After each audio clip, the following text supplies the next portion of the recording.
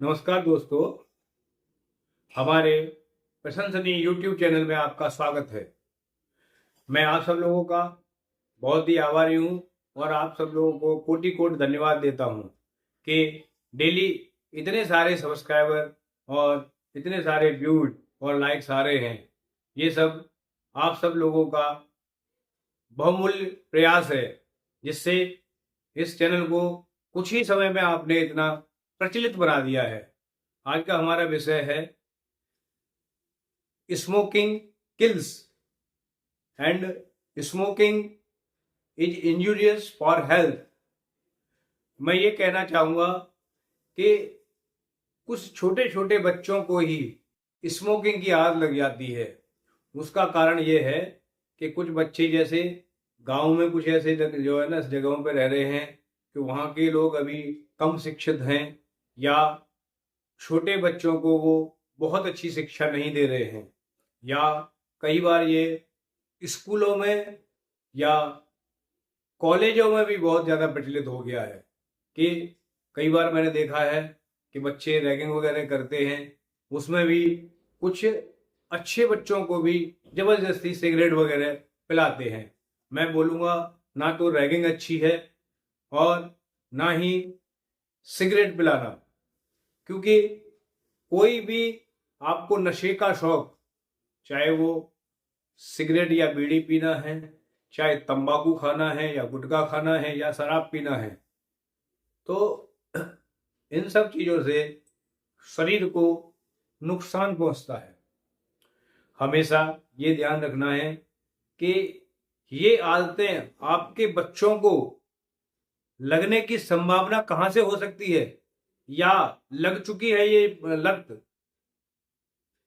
अगर बच्चे नशे का शिकार हो गए हैं तो आपको उनकी संगति को देखना पड़ेगा। वो किस सोसाइटी में भी आजकल ज़्यादा टाइम स्पेंड कर रहे हैं, उन बच्चों की संगति हटानी पड़ेगी। क्योंकि मैं बार बार कहता हूँ, कुसंग का ज्वर भयानक होता है। अगर समय चलते इन सब चीज़ों को नहीं बदला गया या नहीं रोका गया तो एक लिमिट के बाद अभिभावक गार्जियंस उसको नहीं रोक सकते। फिर ये जब बच्चे वयस्क हो जाते हैं तो उनकी खुद की जिम्मेवारी बनती है कि हम इसको गलत लत को कैसे छोड़ें। अब होता क्या है कि किसी भी चीज़ का, जैसे कई बार हमें चाय पीने की आदत लग जाती है। मैं तो कहूँगा अगर चाय भी एक लिमिट से ज़्यादा पी रहे हैं तो वो भी एक नशा है, और एक आपको उसकी लत लग रही है, वो भी ठीक नहीं है। चाय कॉफ़ी जितने भी आपको, या कोई भी, मैं भी तो ये भी कहूँगा कि ये भी एक गलत व्यसन है। जैसे कि बाहर की चीज़ें बहुत ज़्यादा खाना, डेली अगर आप मोमोज खा रहे हैं, समोसे खा रहे हैं, बर्गर खा रहे हैं, पिज़्ज़ा खा रहे हैं, ये सब हमारे देश की संस्कृति नहीं है। हमारे देश में 56 प्रकार के भोजन बनाए जाते हैं, जो भगवान को हम कई बार भोग के रूप में, जैसे अभी जन्माष्टमी बीती है, जन्माष्टमी में 56 भोगों का प्रसाद चढ़ाया जाता है। तो हमें अपने संस्कृति, अपने देश का गौरव का ध्यान रखना चाहिए कि हम कभी भी किसी भी देश के सभ्यता के पीछे ना भागें, और सही और गलत में अंतर करने का, एक डिफरेंशिएशन करने का अपनी बुद्धि का सही से इस्तेमाल करें। मैं ये नहीं कहूँगा कि सभी चीज़ें 100% नहीं करनी चाहिए। अगर कहीं ऐसी परिस्थिति आ जाती है, आप किसी ऐसी जगह गए हुए हो कि वहाँ उसके अलावा कोई चीज़ मिल नहीं रही है, एक मजबूरी हो जाती है, आप किसी टूर पे गए हो या किसी कारण से कहीं गए हो, तो आप उसमें मजबूरी के लिए खा सकते हैं। या आजकल पैक्ड फूड भी आते हैं जो होममेड रह सकते हैं आपके, या हमारे इंडिया के फूड हैं, आप उनको भी साथ में ले जा सकते हो। लेकिन डेली पिज्ज़ा खाना या बर्गर खाना या गोलगप्पे खाना, मोमोज खाना, चाउमीन खाना, ये सब हिंदू संस्कृति नहीं है, भारतीय संस्कृति नहीं है। तो हम ये सब चीजें, जो हमारे फॉरेनर कल्चर है, वो लोग हमारे इंडियन कल्चर को एडॉप्ट कर रहे हैं, योगासन को एडॉप्ट कर रहे हैं और मेडिटेशन को एडॉप्ट कर रहे हैं। तो हम फॉरेन कल्चर को क्यों एडॉप्ट कर रहे हैं? मैं ये कहूँगा, हमारी भारतीय संस्कृति लगभग 7 से 8 लाख पुरानी है। हमें अपनी संस्कृति को भूलना नहीं चाहिए और उसकी पावर को समझना चाहिए और उसके हिसाब से ही हमारे वेद ग्रंथ उनका सबका हमें अगर अध्ययन किया जाए और हमें उसकी वैल्यू समझें, ये हमारे लिए बहुत गर्व की बात होगी। मैं तो ये कहूँगा, एक छोटा सा पाठ हनुमान चालीसा का ही कर लें और हनुमान जी का जो व्यक्तित्व है उस जीवन को अपने अंदर उतार लें तो आपके सारे व्यसन छूट जाएंगे। क्योंकि व्यसन आपको एक अभिमान लेके आता है, लेकिन अगर हनुमान जी का आप चरित्र देखेंगे, वो वहां एक कर्ता भाव दिखाता है। कहीं पे भी हनुमान जी ने ये नहीं कहा कि ये सब मैं कर रहा हूं। कर्ता करने वाले वही थे, लेकिन उन्होंने हमेशा राम जी को आगे रखा। मैं तो एक राम जी का नाम मात्र एक दूत हूं। उन्होंने हमेशा अपना परिचय इसी तरह से ही दिया है। कभी कहीं अभिमान नहीं किया कि मैं बहुत बलशाली हूं, सारी शक्तियां मेरे में समाहित हैं, कोई भी अस्त्र शस्त्र मेरे को कोई हानि नहीं पहुंचा सकता। ये रावण की तरह एक अभिमानी भी हो सकते थे। रावण को अभिमान हो गया कि मुझे वरदान मिला हुआ है कि मैं कभी भी किसी से, बानर से और नर से, तो उन्होंने कोई चिंता ही नहीं करी और ऐसा नहीं समझा कि कभी नर और मानव उनको मार सकते हैं। बाकी सबका उनको वरदान था कि कोई भी, ना देव ना दैत्य ना कोई भी कुछ भी नहीं कर सकते, उनका कुछ बिगाड़ नहीं सकते। लेकिन अभिमान एक ऐसी चीज होती है कि जब अभिमान एक दीमक की तरह है, अगर किसी की नींव में लग जाए, अगर किसी की इमारत की जड़ में लग जाए या पेड़ की जड़ में लग जाए, तो कितना ही विशाल वृक्ष हो उसको गिरना ही पड़ता है। इसीलिए मैं बार बार कहता हूं कि कोई भी व्यसन ना करें। घमंड भी एक व्यसन ही है। आपने देखा है, जो लोग स्वभाव से विनम्र होते हैं, यानी उनकी इच्छा हमेशा दूसरों को देने की होती है। जैसे कि आप पेड़ों का जीवन देखें, पेड़ हमेशा कुछ ना कुछ लोगों को देने की इच्छा रखते हैं और नीचे झुके हुए रहते हैं। लोग उनमें पत्थर भी मारते हैं, तब भी उनका स्वभाव कुछ ना कुछ देने का रहता है। लोग पत्थर मारते हैं और वो अपने मीठे मीठे फल लोगों को देते हैं। इससे ये समझ में आता है कि हमेशा हमें अच्छे स्वभाव को अपनाना है। बचपन से अगर हम अपने बच्चों में अच्छे स्वभाव, अच्छे विचार, अच्छे संस्कार डालेंगे तो जिंदगी भर उनका कुछ नहीं कोई बिगाड़ सकता और उनका जीवन एक विशाल काया रूपी बनेगा, जिससे उनका इतना प्रचार होगा, इतना उनकी ख्याति फैलेगी कि उनको भी बाद में लगेगा कि भाई हमारे माँ बाप ने कुछ हमें संस्कार दिए हैं।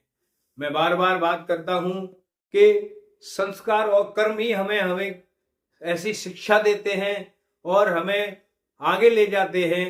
आपके कर्म का पूरा लेखा जोखा रहता है, जिससे आप हमेशा अपने जीवन में आगे बढ़ते हैं। बात फिर आके, क्योंकि टॉपिक हमारा आज व्यसन का है, टॉपिक हमारा आज नशे का है, टॉपिक हमारा आज धूम्रपान का है, तो हम उस पर विषय में थोड़ा सा डिटेल में चर्चा करेंगे। हमेशा समझना है कि आपका बच्चा, मैं अभी अभिभावकों को जो है ना कुछ गाइडलाइन देना चाहता हूं कि ये ध्यान रखें कि हमारा बच्चा किस संगति में खेल रहा है, किसके साथ जा रहा है, किसके साथ आ रहा है, स्कूल कब जाता है, स्कूल से कब आता है। हमेशा उसको मॉनिटर करें। मॉनिटर करने पे आपको पता लग जाएगा कि हमारा बच्चा क्या कर रहा है। जब भी कभी वो कहीं जाए तो उसकी पॉकेट को जरूर चेक करें, बैग को जरूर चेक करें। अगर वो बीड़ी पीता है तो आपको कभी ना कभी उसके थैले में वो जरूर मिल जाएगी। दूसरा, सिगरेट अगर पीता है तो वो उसके थैले में जरूर मिल जाएगी। तो कभी कभी उसका काउंसलिंग भी करें और कुछ हिडन मॉनिटरिंग भी करें, क्योंकि हमें बच्चों को बिगाड़ना नहीं है। मैं बार बार कहता हूं कि बच्चों का जीवन बनाने के लिए बच्चों तो एक कच्ची मिट्टी की तरह होते हैं, लेकिन हमेशा उनका उत्तरदायित्व अच्छा बनाना है बच्चों को या गलत बनाना है, वो गार्जियन का होता है, गुरु का होता है। हमेशा ये हमें ध्यान देना है कि अगर वो बच्चे कभी भी कुछ गलत कर रहे हैं या सोच भी रहे हैं, उनको वही टोकना है और उनकी गलत प्रवृत्ति, इच्छा को आगे नहीं बढ़ने देना है। अगर वो बच्चे आप आज छोटा काम कुछ गलत करके आए और माँ बाप कई बार मैंने ऐसा भी देखा है कि उसको जो है ना प्रोत्साहित करते हैं कि बेटा आज उसको मार के आया, बहुत अच्छा काम किया, बेटा आज ये चुरा के लाया, बहुत अच्छा काम किया। ये इस तरह की नेगेटिव बातें नहीं होनी चाहिए कभी भी। आपने अपने बच्चे को डकैत नहीं बनाना है, आपने अपने बच्चे को मारपीट करने वाला कोई भाई नहीं बनाना है। हमने अपने बच्चों के लिए ये सोचा है कि वो आगे या सोचना चाहिए कि आने वाले 10-20 साल में वही देश का कर्णधार होंगे। उसी में से हमें डॉक्टर को चुनना है, उसी में से हमें राष्ट्रपति को चुनना है, उसी में से हमें प्रधानमंत्री को चुनना है और उसी में से सारी स्टेट के मुख्यमंत्री को चुनना है, उसी में से कोई ना कोई एमएलए और कोई ना कोई एमपी होगा। तो अगर हम उनको अच्छे संस्कार देंगे तो आगे वो देश को भी अच्छा चलाएंगे और देश ग्रो करेगा। जिससे जिस तरह के हमने सपने देखे हैं कि भारत को विश्व गुरु बना के रखना है और विश्व गुरु जल्दी से जल्दी बनाना है, वो सपना दूर नहीं होगा। तो हमें युवाओं पर बहुत ज्यादा फोकस करना पड़ेगा। और मैं सबसे अपील करूंगा कि धूम्रपान को अगर हो सके तो धीरे धीरे करके अगले 10 दिनों में छोड़ दें या जितना जल्दी हो सकता है छोड़ दें। धूम्रपान से कभी किसी का भला नहीं हुआ है, क्योंकि जैसे अगर किसी घर में चूल्हा लकड़ी का जलता था तो वो घर पूरा काला हो जाता था, या आप देखेंगे कि वो चूल्हे में जहाँ लकड़ी हम डालते हैं तो उसके ऊपर तवा रखा जाता है, तवा कितना काला हो जाता है। ऐसे ही वो स्मोक हमारे लंग्स के अंदर जाता है। अगर लंग्स को हम स्पंज की तरह बाहर निचोड़ेंगे तो उसमें से कम 3 से 4 किलो ताड़ निकलेगा।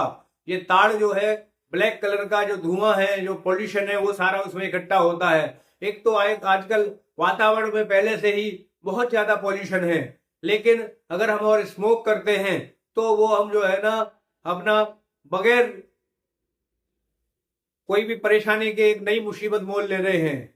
पॉल्यूशन तो एक मजबूरी की बात है कि वो हमारे अंदर सांस में जा रहा है, लेकिन अगर आप स्मोकिंग कर रहे हैं तो वो स्वाभाविक आप अपने और वहां जहां पब्लिक प्लेस पर उसको छोड़ रहे हैं तो वो वातावरण के थ्रू दूसरों के सांस में भी जा रहा है।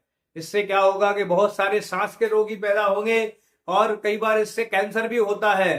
कैंसर होने से कई बार जीभ खराब हो जाती है, पूरा मुंह काटना पड़ता है, गला काटना पड़ता है और जिंदगी इतना अभिशाप हो जाती है कि फिर लोग ये कहते हैं कि अरे इन्होंने कुछ गलत काम किए होंगे, बुरे काम किए होंगे, इसका नतीजा मिल रहा है।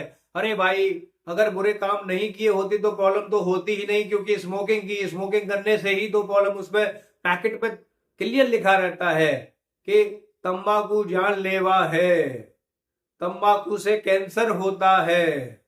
तो हम सभी लोग उस पर ध्यान क्यों नहीं देते? कभी भी हम केयरलेस क्यों बने रहते हैं? हमें हमेशा ध्यान देना है कि उसका हम जो है ना हमेशा ध्यान रखें और अपनी सेहत का ध्यान रखें, अपने परिवार वालों का ध्यान रखें, अपने बच्चों का ध्यान रखें। आज के वीडियो में बस इतना ही। धन्यवाद। और मैं आप सब लोगों को फिर एक अच्छी खुशखबरी देना चाहता हूं कि आज हमारे 40,000 सब्सक्राइबर, 40,000 व्यूअर पूरे हो गए हैं, 40,000 व्यूज आ गए हैं। बहुत 15 दिन के अंदर लगभग 350 सब्सक्राइबर हो गए हैं और ये व्यू जो है वो डेली बढ़ रहे हैं। लगभग 45,000 ऑलरेडी हो चुके हैं, 40 से 45 के बीच में है अभी। और लाइक्स भी जो है ना 2,000 से 3,000।